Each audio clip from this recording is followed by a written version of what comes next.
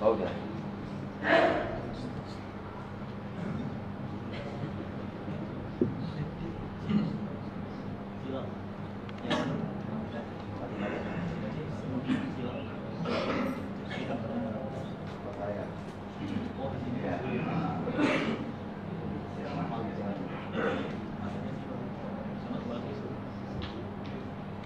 Bismillahirrahmanirrahim. Alhamdulillahilladzi bi ni'matihi tatimmus shalihat. Wassalatu wassalamu ala Rasulillah sayyidis sadat wa ala alihi wa sahbihi wa man tabi'ahum bi ihsanin ila yaumil muhasabat wal hasanati was sayyiat.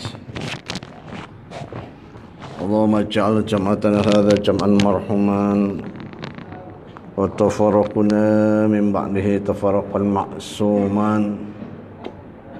Allahumma alhimna rushdana wa a'izna min syarri anfusina.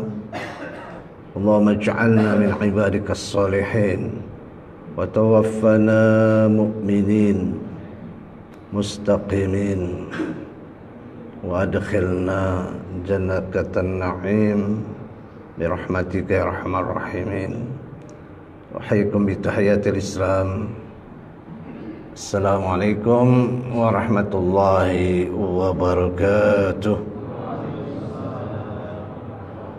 Alhamdulillah, siang hari ini Allah masih berkenan kepada kita untuk kembali membukakan pintu amal soleh.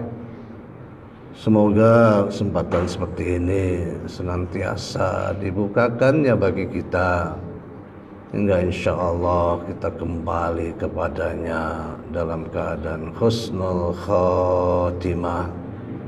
Amin ya rabbal alamin.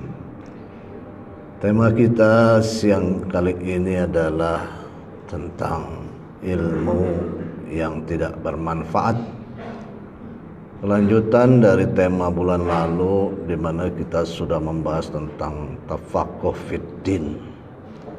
Kesimpulan materi yang silam adalah siapapun juga kita, apapun juga kita, dan dimanapun juga kita adanya, hendaknya selaku seorang muslim, selaku seorang mukmin, senantiasa membukakan waktu dan kesempatan untuk thalabul ilmi,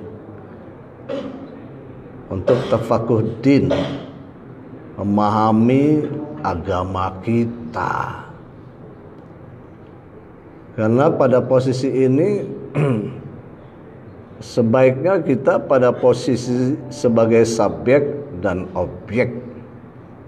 Sebagai subjek dalam konteks tafaqquh fiddin atau sebagai objek dalam konteks itu. Itulah ciri orang-orang yang disebut sebagai rabbaniyun. Walakin kunu tu'allimuna al-kitaba wa bima kuntum tadrusun. Akan tetapi hendaklah kamu senantiasa mengajarkan Alkitab. Kitab di sini adalah tentang agama tentu saja. Atau mengajarkannya kepada orang lain.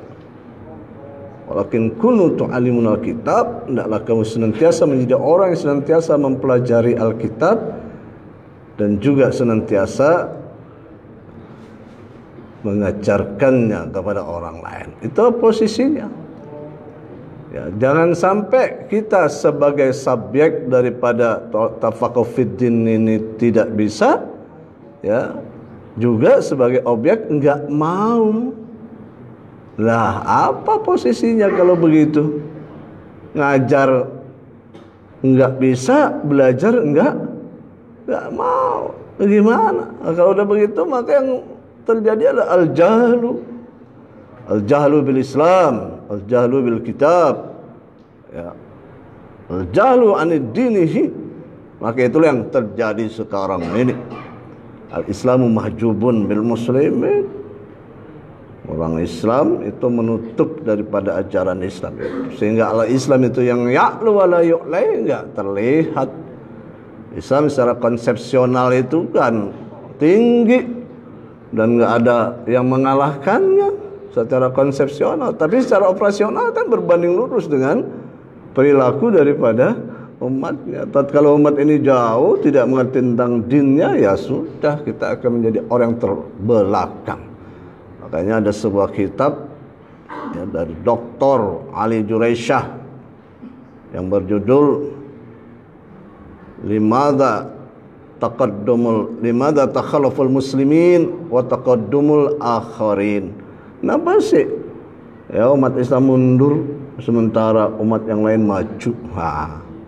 Itu salah satu faktor internalnya adalah ya al-Islam ini, umat Islam ini al-bu'du anil kitabillahi wa sunnah Rasulillah sallallahu alaihi wasallam. Yani umat Islam jauh dari kitab suci dan sunnah Rasulnya. Ya, sehingga beginilah yang terjadi hari-hari ini. Kita lihat bagaimana situasinya ya, secara global, secara ya regional, bahkan secara nasional, bahkan secara ya lokal. Kita bisa lihat situasi ya, lihat nanti 10 tahun 20 tahun lagi situasi kita di sini. Wallahu a'lam bishawab. Kalau kesadaran keislaman kita masih seperti apa adanya, bahkan kita cenderung menjadi orang-orang yang parno terhadap Islam, maka kita akan makin belangsak dah hidup kita. Maaf ya, sekarang yang terpilih sebagai ketua DPR siapa? Sebagai ketua MPR siapa? Sebagai ketua DPD siapa? Pelajari sendiri perkembangan yang ada. Siapa itu?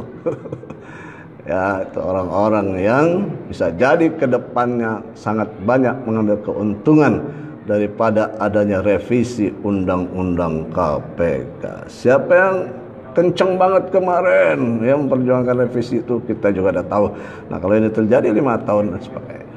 Dan isu sekarang yang beredar adalah 5 tahun ke depan bisa akan nanti digulirkan presiden itu seumur hidup.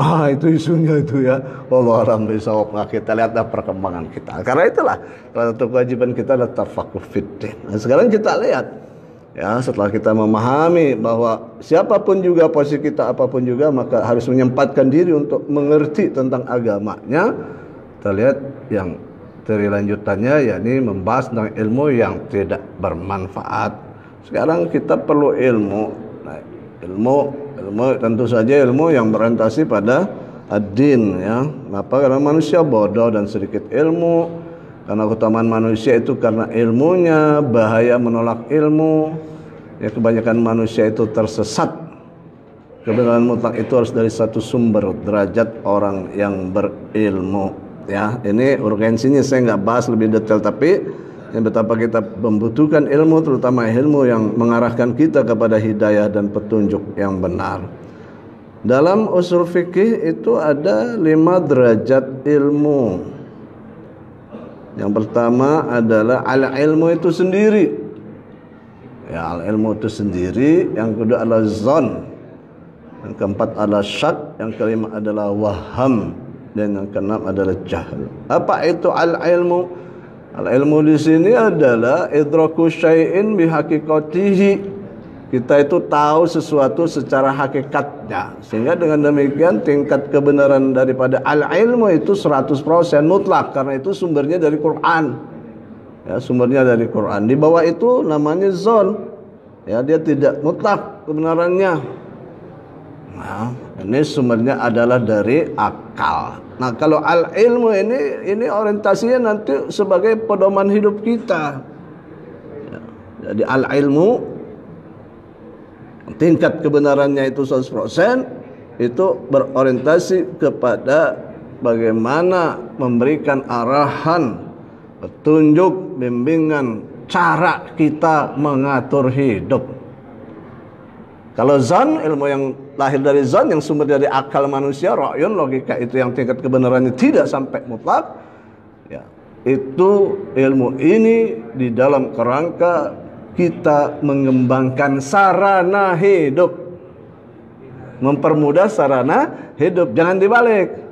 Ilmu yang dari zon kita gunakan sebagai bimbingan hidup, cara kita mengatur hidup. Sebaliknya ilmu yang sains, teknologi dan sebagainya kita nggak gunain, nah ini jahiliyah namanya. Ya. Jadi silakan kita mau belajar apa aja, yang penting itu bermanfaat untuk mempermudah pengembangan sarana hidup kita. Silakan ilmu ekonomi, ilmu akuntansi, ilmu statistik, ilmu kedokteran, ilmu sains, ilmu IT, silakan. Ya, tapi kan dia sudah paham tentang ilmu dalam kaitan dengan bagaimana dia mengatur hidupnya. Sehingga dengan demikian orang-orang Islam itu apapun juga profesinya, ahlinya apa aja, skillnya apa aja, knowledge-nya apa aja, dia tidak akan kehilangan karakter kepribadiannya sebagai seorang mukmin. Nah, kejadiannya kan enggak sekarang. Banyak orang-orang Islam pada pinter, tapi malu sebagai orang mukmin, malu menyatakan diri beridentitas muslim. Akhirnya justru dia orang yang paling takut terhadap ajaran Islam. Parno. Ada seorang profesor dari UI, ya saya nggak sebutin namanya, mengatakan bahwa Quran dan Sunnah itu diskriminatif. Ya, diskriminatif. Waduh. Ini sama dengan perkataan George Bush tuh. George Bush mengatakan bahwa Al-Quran ini mengajarkan umatnya menjadi terorisme. Wah, ini yang disebarkan. Begitu mau lanjutin ngomong, kagak bisa ngomong dia. Akhirnya dia mundur. Padahal dia mau melanjutkan penjelasan itu. Sekarang udah ada di Indonesia profesor dari UI, namanya antum tahu. Dia katakan begitu, kok ada diskriminatif. Nah, ini moga-moga aja Allah kasih daya hatinya sehingga mau terima Islam yang benar dan membela Islam. Nah, ini kebalik. Nah, kalau kita paham ilmu model begini, bahwa ilmu yang orientasinya dari bersumber dari Quran dan Sunnah itu orientasinya dalam kerangka mengatur kehidupan kita, sementara ilmu yang asal logika, ya, tingkat kebenarannya tidak mutlak itu dalam kerangka kita mengembangkan, mempermudah sarana hidup, itu kita nggak akan ya jatuh ada sikap yang seperti itu. Siapapun juga kita, ahli ini, ahli itu, jago ini, jago itu, pejabat ini, pejabat itu, posisi kita sebagai itu, tetap karakter kepribadian kita sebagai seorang mukmin, ya itu tidak akan hilang. Nah, ini yang kita butuhkan. Sekarang kan kebalikannya, ya kalau udah merasa hebat, ya takut sama ajaran Islam. Ya dulunya memperjuangkan Islam, sekarang jilat-jilat, ya. Nah ini dia. Nah ini tidak demikian. Karena itulah, ya kita lihat beberapa ayat yang berkaitan dengan ini, ya, bahwa ilmu itu adalah sumber dari Quran, hadis, wahyu, dia kebenaran mutlak. Sementara zon tidak. Di bawah itu ada syak, ya. Syak itu ya 50-50. Di bawahnya ada waham, kemudian ada jahal. Baik, ini ayat tentang ketinggian derajat ilmu. Yang kita maksud ilmu di sini yang pertama ilmu tafaqquh fiddin. Ya ayyuhalladzina amanu idza qila lakum tafassahu fil majalisi fafsahu yafsahillahu lakum. Wa idza qila suzu fansuzu yarfa'illahu alladzina amanu minkum wa utul ilma darajat. Allah bima ta'maluna khabir. Hai orang yang beriman, apabila dikatakan kepadamu berlapang-lapang dalam majlis, maka lapangkanlah, jadi saya Allah akan memberi kelapangan untukmu. Dan apabila dikatakan berdirilah kamu, maka berdirilah, saya Allah akan meninggikan orang-orang yang beriman di antaramu dan orang yang berilmu pengetahuan beberapa derajat. Kemudian Quran juga menjelaskan kepada kita apa akibat menolak ilmu. Ilmu yang orientasinya pada bagaimana cara kita mengatur hidup, ya, bukan bagaimana mengembangkan sarana hidup, bukan.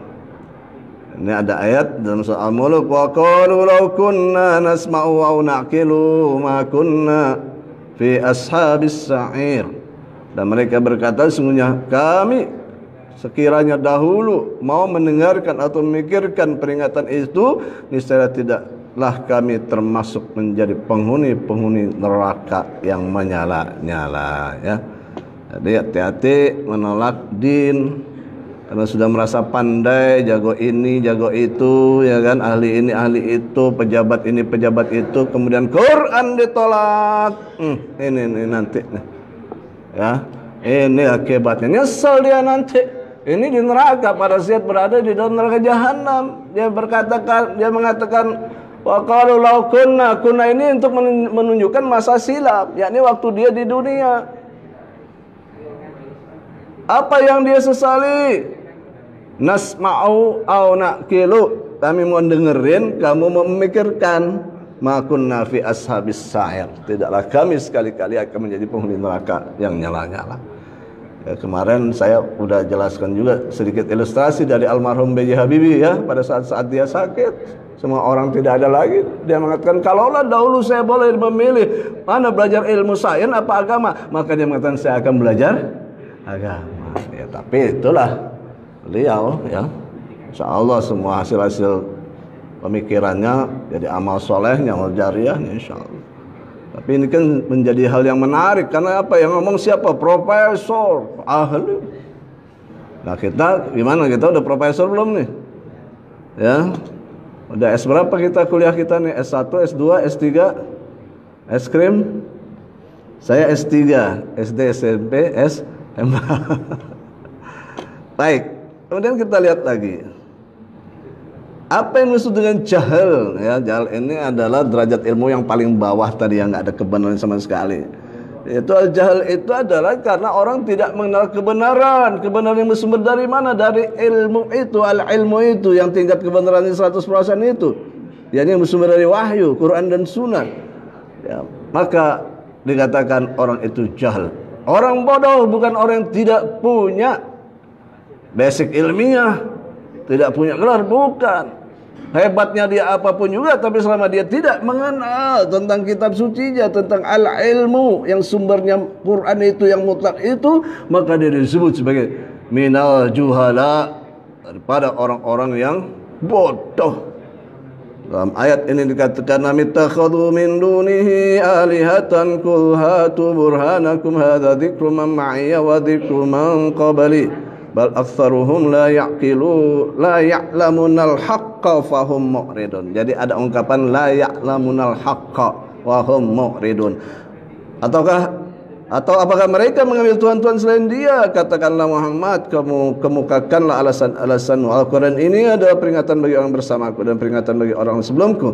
Tetapi kebanyakan mereka tidak mengetahui yang hak kebenaran, karena itu mereka berpaling. Ya, Abu Jahal itu disebut Abu Jahal padahal dia orang yang pintar, dia tokoh masyarakat, dia bangsawan, dia bisa baca dan menulis. Namanya bukan Abu Jahal, yakni Amr bin Hisham. Bahkan Rasulullah pernah berdoa pada saat awal dakwah agar Islam dimuliakan dengan masuknya salah satu daripada dua Amr. Yang pertama adalah Umar ibn Khattab, yang kedua Amr bin Hisham. Artinya Rasulullah tahu sumber daya internal daripada orang ini.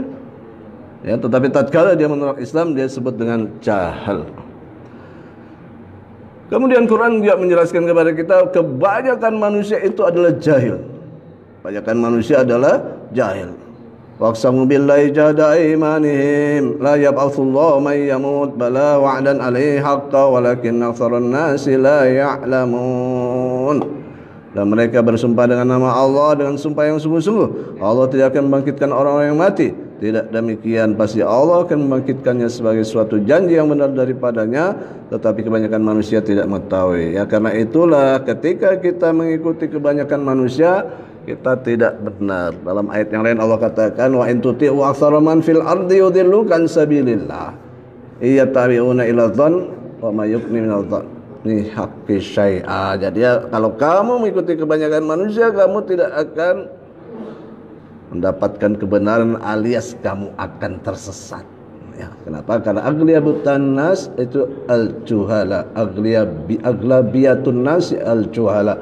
Kebanyakan manusia adalah bodoh. Baik, alhamdulillah ya, kita sekarang ya sudah mengertilah tentang ini. Tapi ya kita lihat bagaimana ada satu hal, jangan sampai ilmu yang kita miliki itu menjadi ilmu yang tidak berguna. Rasulullah berlindung dari ilmu yang tidak bermanfaat. Allahumma inni a'udzubika min ilmin la yanfa' min qalbin la yakhsha wa min da'watin la yustajabu laha. Ya Allah, aku berlindung kepadamu dari ilmu yang tidak bermanfaat, dari hati yang tidak khusyuk, dan dari jiwa yang tidak pernah merasa kenyang, serta dari doa yang tidak dikabulkan. Kita lihat, jadi yang dimaksud dengan ilmu yang tidak bermanfaat itu paling tidak ada 3 kriterianya.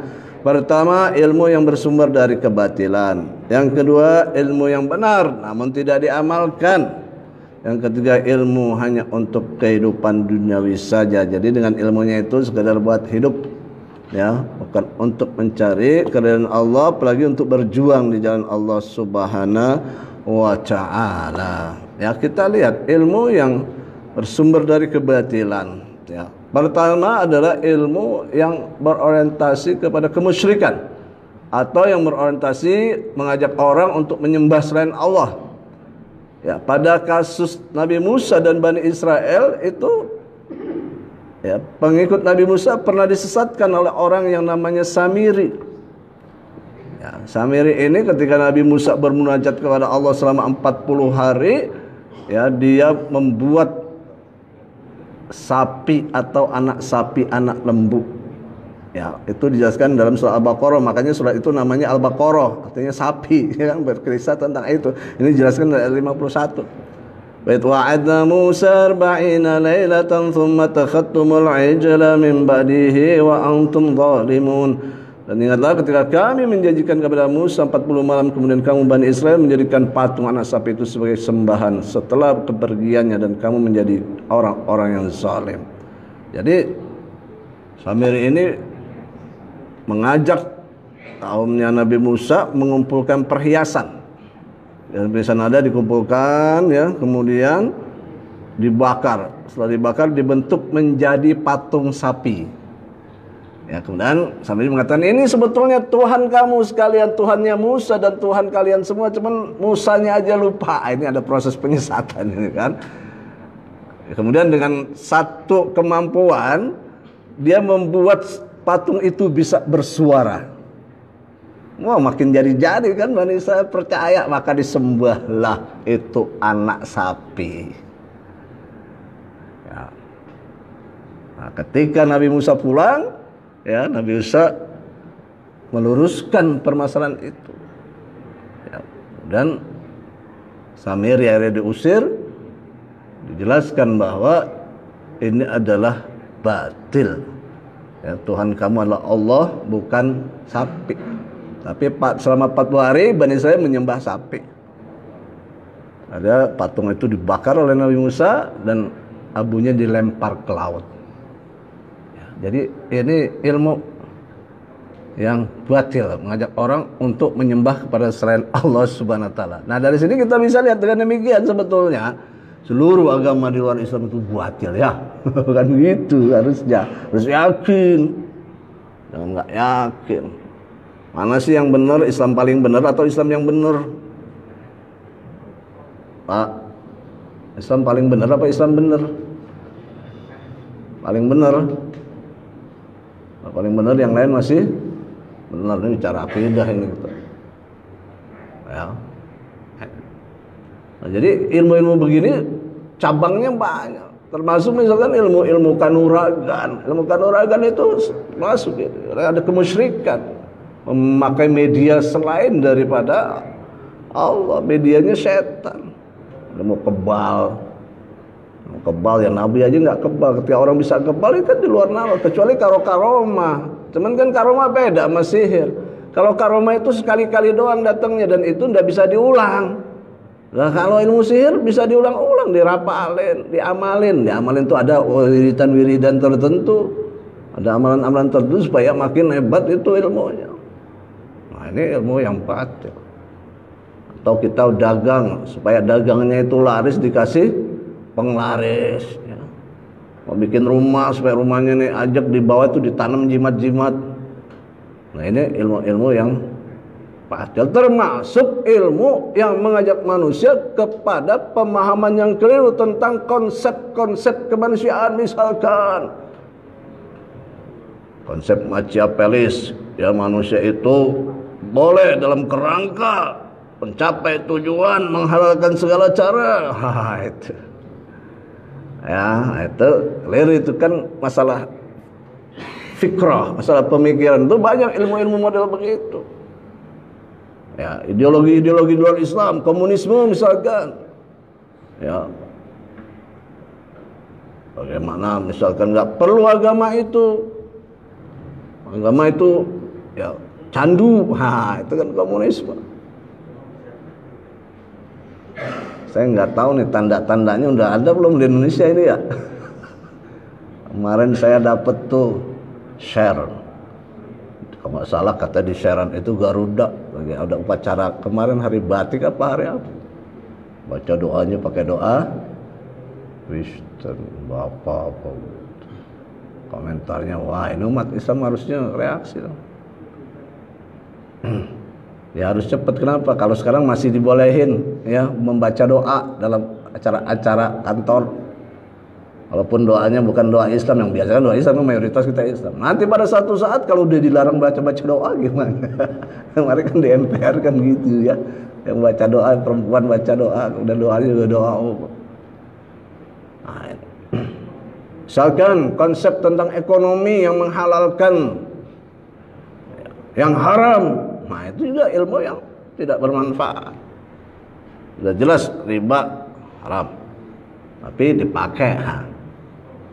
Apalagi misalkan ya ilmu konsep sosial tentang masalah emansipasi laki-laki sama perempuan mesti sama dong, ya kan? Gender, feminisme, yang laki dan perempuan mesti sama. Maka lahirlah undang-undang apa itu Pak kemarin Pak? Kalau seorang istri dipaksa maka akan istri dipaksa, gak mau, capek mas, kan? Wah, sampai seperti itu udah repot. Kan ini emansipasi, yaitu liberal, ya. Kalau istri itu kalau dalam konsep Islam nolak kemauan suami dilaknat oleh malaikat sampai pagi. Dalam hukum itu ya, ini masih rancangan apa udah undang-undang kemarin ya. Oh, kita berperah, istri capek nggak main, kemudian kita paksa, besok pagi dia lapor sama polisi, tangkap deh suaminya berapa tahun Pak? Tahun. Akhirnya kan istrinya susah kerja, dia kerja pulang malam, kemalaman pulangnya, kena lagi, masuk penjara semua, anak-anak terlantar, ya kemudian nggak ada yang ngurusin, bisa kena penjara. Nah ini konsep-konsep yang liberal seperti ini, itu bertentangan dengan konsep ilmu yang benar. Makanya kita belajar din, agama, ya, karena dalam pemahaman din agama itu kita nanti akan tahu mana yang jalan hidup yang benar, mana yang keliru. Baik ya, jadi ilmu yang tidak bermanfaat adalah ilmu yang batil. Kemudian ilmunya benar tapi nggak diamalin. Atamuruna an-nasa bil birri wa tansawna anfusakum wa antum tasluna al-kitaba afala ta'qilun. Mengapa kamu menyuruh orang lain mengerjakan kebajikan sedangkan kamu melupakan dirimu sendiri padahal kamu membaca kitab? Tidakkah kamu mengerti? Tahu ya, tapi nggak dilaksanakan. Nyuruh orang pintar tapi dia tidak mau melaksanakan. Kemudian yang ketiga, ilmunya itu cuma digunakan untuk mencari duniawi saja. Ini ada ayat yang berbunyi fa'arid amman tawala an dzikrina wa lam yurid illa al-hayatad dunya dzalika mablaghuhum minal ilm. Ya Muhammad, tinggalkanlah orang yang berpaling dari peringatan kami dan dia hanya menginginkan kehidupan dunia. Itulah kadar ilmu mereka ya. Jadi kita jago ini, jago itu, tapi kalau hanya sudah buat cari uang buat kehidupan dunia, salah, termasuk ilmu yang keliru. Hanya kita harus senantiasa berusaha untuk memperbarui niat dan motivasi hidup kita ini. Mau ngapain kita hidup di sini ya? Bangun pagi itu, bangun pagi sebelum subuh misalkan, baca doa alhamdulillahilladzi ahyana ba'da ma amatana. Allahumma inni as'aluka ilman nafi'an wa rizqan thayyiban wa amalan mutaqabbalan. Dan bisiklah dalam hati, inna sholati wa nusuki wa mahyaya wa mamati lillahi rabbil alamin.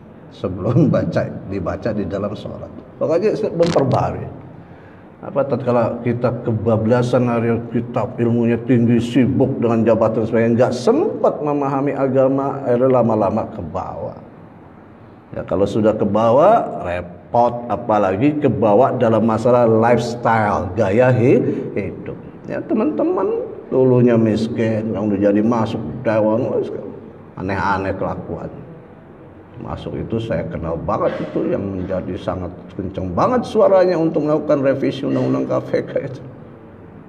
Ya, tahu tuh saya dulu sama-sama, dulu saya ngaji sama saya sempat itu orang. Nah, sekarang berubah. Bisa jadi karena gaya hidup. Karena gaya hidup itu kalau sudah tinggi tidak bisa turun. Ada 4 yang kalau sudah naik nggak bisa turun. Pertama, gaya hidup. Orang kalau udah gaya hidupnya mewah, tiba-tiba nggak punya apa-apa, itu berat untuk turun. Dulu waktu krisis menanjak tahun 98 Pak, hasil penelitian itu lebih dari 40% para eksekutif muda itu stres Pak. Kenapa? Karena biasanya dia punya anggaran untuk ya style sekian, itu nggak cukup lagi. Stres. Penelitian di jalan di Jakarta. Yang kedua, kalau sudah naik nggak mau turun, jadi pejabat. Usah kalau udah naik nggak mau turun, udah tahu salah, nggak mau mengundurkan diri. Kalau di Jepang kan udah tahu mengundurkan diri ya, tradisi begitu kan. Di sini ya biasa, dianggap biasa. Bahkan jika dipanggil KPK ya, senyum-senyum aja. Yang ketiga, barang-barang Pak, harga-harga kalau udah naik nggak mau tuh. Di Indonesia ini barang naik terus kamu turun. Dan yang keempat tuh kalau udah naik nggak mau turun, berat badan. Berat badan kita ini kalau udah naik susah turun. Ya. Nah, jadi hati-hati dengan jebakan gaya hidup. Jadi kalau tiba-tiba kita sukses, nah itu jangan merubahlah style kita sederhana dan sebagainya. Kenapa? Karena itu yang menjadi faktor orang akhirnya cuma mencari kepentingan duniawi. Kalau sudah begitu dia gampang dijebak oleh musuh-musuh Islam. Akhirnya menjadi corong-corong mereka. Walhasil bukan hanya orang-orang yang paham ilmu duniawi kejebak dalam masalah itu. Ya, dia jago ini, jago itu, ahli ini, ahli itu, tapi gaya hidupnya gaya hidup westernis, gaya hidupnya liberal, gaya hidupnya ya tidak Islami. Bahkan nanti sampai pada orang-orang yang tahu agama pun akhirnya dia jual itu ayat-ayat dengan harga yang rendah. Ya, kita lihat lambangnya lambang Islam, warnanya hijau. Tapi bagaimana dia membela kepentingan liberal, tentang musuh Islam. Kenapa? Ya itu tadi, yang penting dibayar kan gitu kan. Jadi maju tak gentar membela yang bayar. Nah kalau itu tokoh, ketua sebuah organisasi besar ngomong begitu, ya umatnya sami'na wa ata'na aja, ikut-ikutan aja.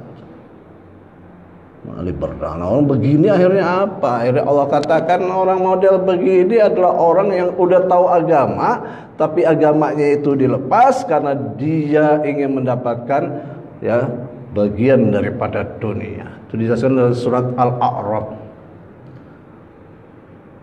Lam taro ilal ladzina atainahumul ayatina fansalakha minha fa'atbahu syaitana fakana minal ghawin. Apakah kamu nggak perhatikan ada orang-orang yang tuh paham sebetulnya di ayat-ayat kami, ajaran-ajaran kami, tapi fansalakha minha, dia tanggalkan pemahamannya itu dan dia ikuti syaitan, fakana minal ghawin, maka jadilah orang yang tersesat. Ya, ini ayat menggambarkan tentang orang-orang yang paham agama tapi dia dukung program-program kebatilan karena bayaran. Ya, ada yang jadi buzzer. Ya, buzzer terlaluan banget, asal goblek. Bikin hoax. Ada yang memang ditampilin, bicara dan semua. Lihat ya di medsos pertempuran pemikiran begitu sekarang. Kalau dia itu non muslim mungkin kita jelas, tapi ini tokoh, doktor, profesor, ahli agama. Nah, Quran yang model begini menjelaskannya, perumpamaannya itu seperti anjing. Famasaluhu kamasalil kalbi. Maka orang-orang yang begini yang tahu tentang agama tapi pemahaman agamanya dilepaskan, dia ikuti setan kan, dan dia bayar untuk mendapatkan keuntungan duniawi. Maka orang begini adalah orang yang sudah dibeli, dia jual dirinya. Maka Quran memperumpamakannya seperti anjing. Famathaluhu kamathalil kalbi. Maka perumpamaannya seperti anjing. In tahmil alaihi yalhas aw tatrukhu yalhas. Kalau kita lewat, ya, anjing penjaga rumah, kita lewat dekat rumah itu, ya, kita enggak ganggu tuh anjing, kita digonggong, kita jalan juga kita digonggong. Tembakan-tembakan untuk melemahkan semangat umat Islam terus, ya, dikumandangkan. Nah, baiklah, ya, itu 3 hal yang menyebabkan ilmu itu jatuh menjadi ilmu yang tidak bermanfaat. Ilmunya batil. Yang kedua adalah ilmunya benar tapi nggak dilaksanakan padahal dia mampu melaksanakannya. Yang ketiga adalah semata-mata untuk mencari dunia. Ya. Mana kira-kira yang lebih mudah terjebak? Orang yang memang pemahaman ilmu agamanya bagus atau orang yang memang pemahaman ilmu dunianya bagus? Mana yang lebih kejebak, ya? Lebih mungkin untuk terjebak untuk mengikuti, ya, mencari keuntungan dunia. Ya, rasanya orang-orang yang punya pemahaman ilmu-ilmu dunia makanya belajar agama, karena agama itu nanti menjadi, ya, pengikat karakter kita. Tapi tidak kemungkinan juga orang yang memahami agama dia jual pemahaman agamanya itu. Baik, terakhir, maka dengan demikian, ya, ilmu yang tidak bermanfaat akan membawa kematian hati. Kalau hati sudah mati, jiwa tidak pernah bersyukur. Maka kalau begini doa-doanya tidak terkabulkan, maka akan mengalami kesengsaraan hidup di dunia dan di akhirat. Terakhir, surat Al-Qasas ayat 61, Allah menjelaskan seperti itu. Afaman wa'adnahu wa'dan hasana fahuwa laqihi kaman matta'nahu mata'al hayatid dunya thumma huwa yawmal qiyamati minal muhdarin. Maka apakah sama orang-orang yang kami janjikan kepadanya suatu janji yang baik, yakni surga, lalu dia memperolehnya, sama gak dengan orang yang kami berikan kepadanya kesenangan hidup duniawi karena memang orientasinya ke sana, kemudian pada hari kiamat dia termasuk orang-orang yang diseret ke dalam neraka jahanam.